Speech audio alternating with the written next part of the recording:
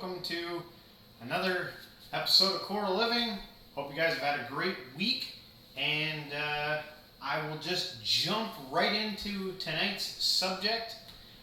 If you have been involved with the spiritual community at all, you've probably heard of something called chakras, whether or not you went to a meditation class or you've been studying spiritual scriptures or yoga or whatever. You've probably heard of chakras, and you might be wondering, what in the hell is a chakra? Now, I don't know if these things exist or not, but let's take a look and see at what maybe they're pointing to. There's a lot when it comes to chakras in terms of people's different points of views. Essentially, the chakras have to do with they're like these energy systems within our spine that, align our body, mind, and spirit, and they kind of work like an engine in a vehicle and help it to function at its most optimal capability. I guess there are many traditions that have all types of ideas of how many chakras there, could be in a human body. Some people think there could be up to 114, while I guess in maybe basic New Age thought that there's probably, they kind of bring it down to 7 core chakras. And then I guess there's some other lines of thinking. I think there's 7 subsectors of those chakras or anything like that. But I thought we'd just take a look at the chakras themselves, the 7 basic ones, because I don't want to get into too much. You can go really far down the rabbit hole in the chakra category, and it can get really confusing. So let's just kind of take it simple. Now, if you're new to chakras, what I'm going to do is just kind of show you where the 7 chakras are, and try and clear your mind of anything you've heard about chakras, and if you've heard of them, try to take it as if you're hearing it for the first time, and just think about what could possibly be meant by that chakra in that spot, and intuit what you might think it's getting at to begin with. So the first of the 7 chakras is called the root chakra, which is at the base of the spine. And then the second chakra is called the sacral chakra, which is between the navel and the groin area. Some people say it's right at the navel. I don't know. And then the third chakra is the solar plexus chakra, which is in the stomach area. Now, as I'm going through these, think about this is ancient wisdom. This has been going on for years, these focusing on these energy systems, right? Think about why they would want you to focus on these energy systems as I go up, the spinal column, and focus on these.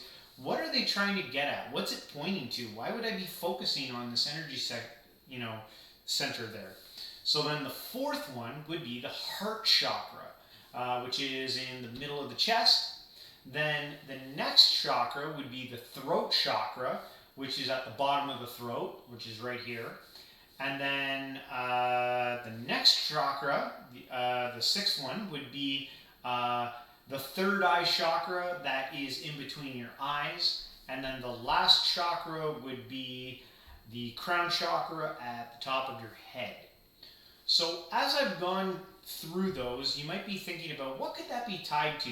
Is there some imagery or symbolism there? Why did they pick those spots? And what do they have to do with my body and it functioning properly?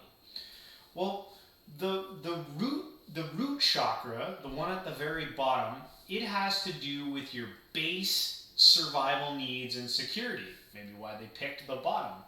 And it has a color. These chakras, they have colors, or they've been given colors. I think there's a little dispute on this whole color thing, because I think in ancient like Hindu traditions and stuff like that, I don't know if they necessarily had the current rainbow system that the New Age movement has kind of given chakras over the years. But now maybe it's evolved. Maybe this is just spirituality evolving, and why now there's like this rainbow system of chakras. So yeah, the root chakra, red, survival and security.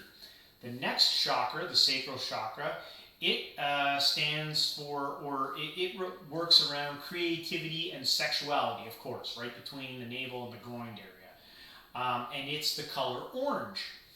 The next chakra, which is the solar plexus, it has to do with wisdom and power.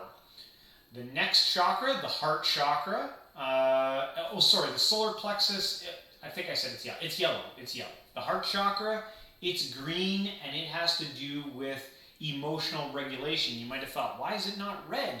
But maybe it has more to do than just with yourself in terms of emotional regulation. And maybe it's more universal in terms of, like, take the planet Earth. It's green, essentially, right? Or, life and energy and stuff like that. And so moving on to the next one, the throat chakra, it's blue, and it has to do with communication, of course, right in the throat, communication. Now, I don't know if you were thinking about that stuff when I was talking about, like, when we were going through it before, but you might have intuited, like, oh, that's going to have to do with this, or it's going to have to do with that. Then the next one, the third eye chakra, has to do with intuition, inner wisdom, and visualization. And then lastly, the crown, and the third eye chakra, it's the color indigo. And then the last chakra, the crown chakra, it's violet, and it has to do with spirituality, consciousness, and oneness.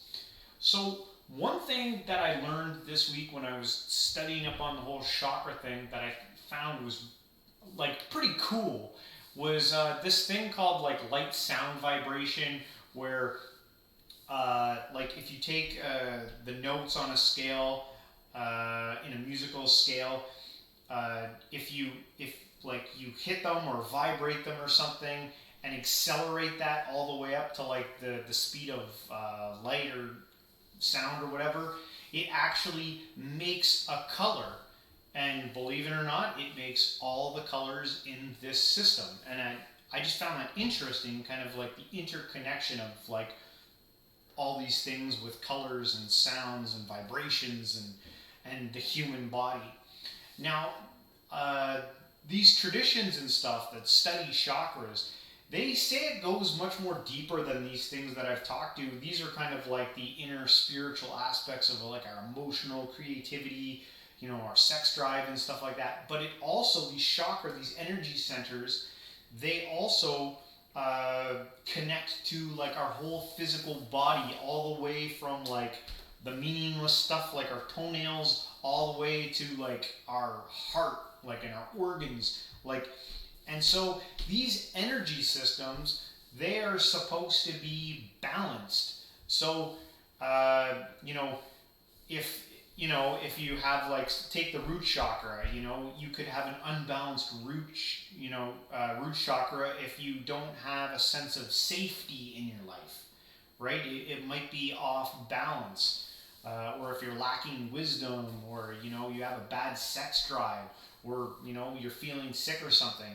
A lot of people think that in chakras, if you have an unbalanced chakra, if it's blocked somehow, you can get these, like, blocked chakras.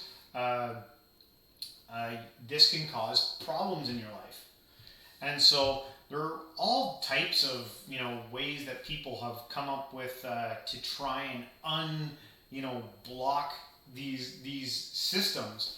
Now, I've mentioned in the past that I've dabbled with Kriya yoga and stuff like that, and all that yoga stuff is like, the spiritual yoga is really about putting your concentration on those chakras. I know in Kriya yoga, there's a lot of visualization and stuff of you actually, like, envisioning, like, your spinal column, and they had in the center of your spine, you have this thing called like a sushimi, and then the chakras that goes like through your chakras, and like there's points during this yogic practice where you envision like a needle like threading your chakra and piercing it to break through. And some of these, traditions go as far, they're saying like if you can like unbreak the whole thing, you can cause, like if you can get it to like work in perfect balance, you can trigger an event called like a Kundalini experience, which might be another awesome video to do. I should study up a lot more on Kundalini, but this can like, trigger, an intense state of oneness or God realization or something like that. If you can somehow achieve this Kundalini experience. And if you listen to some of these gurus and stuff talk about this, this is not something that comes easy. But who knows, maybe lightning strikes and it happens to you quicker than others. But the Kriya Yoga book that I have, the practice that these people have to go through is like, it's insane. It's a life commitment. It's like a quit your job and go join a monastery commitment to try and, achieve this oneness with the universe, this like, cosmic God consciousness or Christ consciousness or whatever the heck people are calling it these days. Yeah, it could be, a lot of work, or you could be like Eckhart Tolle and sit in a park and feeding ducks and, get enlightened. I don't know. But yeah, the chakras are deeply fascinating. There's other things you can do besides yoga to unblock your chakras.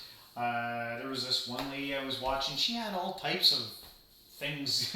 she was saying, like if you feel like one of these centers is blocked in your system, like eat foods, healthy foods that are the same color of that chakra. Or even wear clothing that is the same color as that chakra. You could do things like just going out in nature, going barefooting, having your feet planted on the ground to get that like, oneness with the planet. You could do like affirmations, meditation, which, every show here starts on, Twitter with meditation. You could use essential oils or crystals. I don't know much about crystals, but there seems to be a huge tie with crystals and chakra, so that's again another thing I'll have to study. I've seen people, they put like crystals and stones and rocks all over them. Who knows if any of that works. You got to experiment this stuff for yourself. And then, it's easy to laugh at this stuff and be like, oh, that's just a bunch of woo hippie bullshit. But until you've tried it, don't knock it. You might as well, like, what the heck? When someone gonna make fun of you, if you have to do it in private, do it in private. Why not? When something positive might happen in your life. Visualizations are known for helping to unblock chakras. Some people even say dancing. I think that's like used for like the sacral chakra. I don't know, maybe to get your libido moving or something like that. I would feel kind of awkward doing that, but yeah, again, you could do it in your own home if you wanted. And who knows? This stuff, if you want the engine to work right, giving it a tune job might help. But what I noticed with the chakras, just get if you push all the spiritual stuff aside, and I'm not saying that stuff is all bullshit. I'm all about, trying to experience and, experiment with that stuff and see, be open-minded about it. But like at the, base of it, like when I was doing the Kriya Yoga, I noticed one thing, like they had this one thing where you would put your thumbs together and you would make this like om sound, and you would wrap it off your stomach. And when you're in that state, you can't help but be thinking about like, why were they doing this? Why has people been doing this for, hundreds of years or thousands of years, putting their attention on these things? But like, it really makes you think. Like, say you're hitting your your solar plexus or whatever. To me, I'm thinking about my fat gut, and I need to probably eat healthier, or whether you come down to, like, say, your sacral chakra, and you're thinking about your sexuality or something about like that, and the health of your sex life, or maybe I'm watching too much porn or something, maybe it's, not that I think that stuff's wrong, but maybe it's like a low, no one, like, after a porn session is like, I feel awesome about myself, you know? So, who knows, it could be, yeah, helping to balance out and regulate your life, and point you to a more balanced way of living. Same with, just take your throat chakra. Do you speak authentically when you talk, or I have to ask myself, am I a bullshitter? Am I fake when I talk to people? Am I really saying what I feel, or am I just telling people what I want to hear?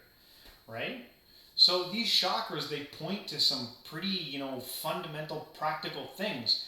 And there are other people, who look at chakras from a very scientific. I was very limited on my time, but apparently there's, like, science that revolves around chakras, and you'll have to do your own investigations for yourself on chakras to find out whether or not you believe in them or not, or whether or not you can experiment with it. I don't know. So yeah, there's chakras for you. And so I was trying to think. I always like to get into some type of spiritual literature and find out where I can go. But because there seemed to be such a tie with the New Age movement and the current forms of, like, yoga and chakra practices and stuff like that, I was like, I got to take a look at the New Age movement, because I haven't really studied it that much. And I found a real fascinating thing in the New Age movement about the age of Aquarius. Remember that, like, what was it, 60s or 70s song? This is the dawning of the age of Aquarius. That's all the singing you're going to get out of me. But remember that fantastic tune? Well, apparently there's a whole thing about the age of Aquarius in the New Age movement, which is this, like, new transitional phase in human history where we're moving out of the age of Pisces into the age of Aquarius, which, is kind of a little bit like that law of one stuff I was talking about, a few weeks back. But again, it's this is not very doomsday. This is kind of like a positive message of, like, humanity growing to a more enlightened state, and that we've now arrived there. We are, like, in the transitional phase from a very materialistic, surviving, greedy, type of entity or being, and we're now moving into a more universal oneness, tied together, a knit unit of one as a people, and it's very optimistic in the future and where we're going, and it's tied heavily to astrology. Now, I don't know much about astrology, but it has something to do with the aligning of the planets and all that stuff, and how now is the time, the age of Aquarius, and during this age of Aquarius, humanity is going to, like, we're going to make leaps and bounds in terms of our technological advancements, and in just, like, regular technology and biotechnology, and we're going to become environmentally, savvy and save the planet, and we're gonna travel farther in space than we ever imagined we possibly could. And I think this age is supposed to last something like 2,500 years. I'm not sure.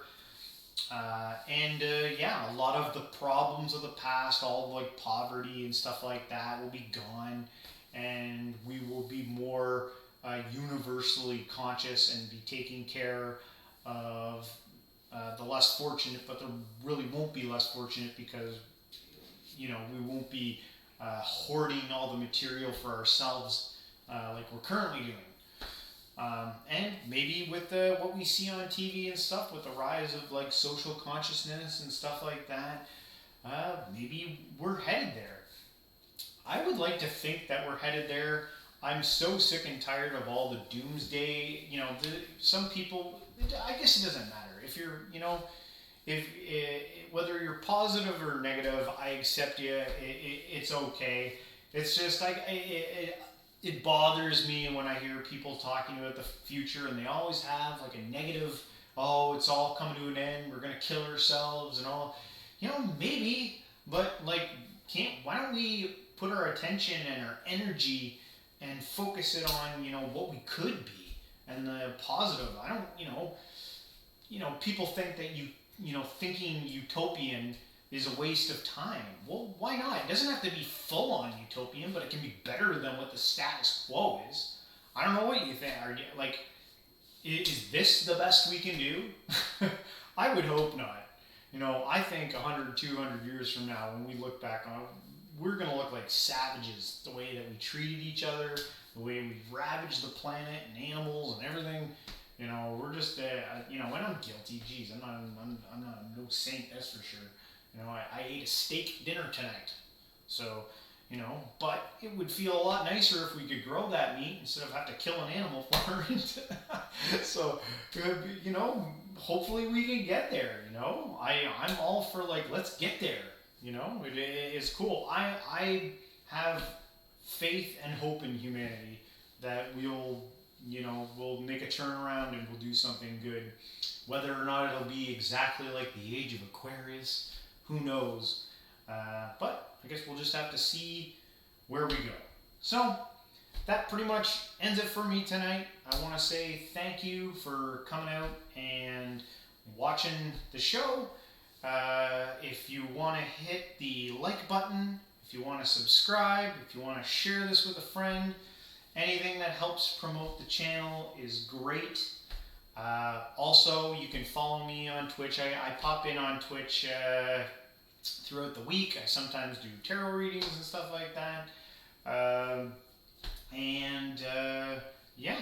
So until next week, my friends, stay spiritual.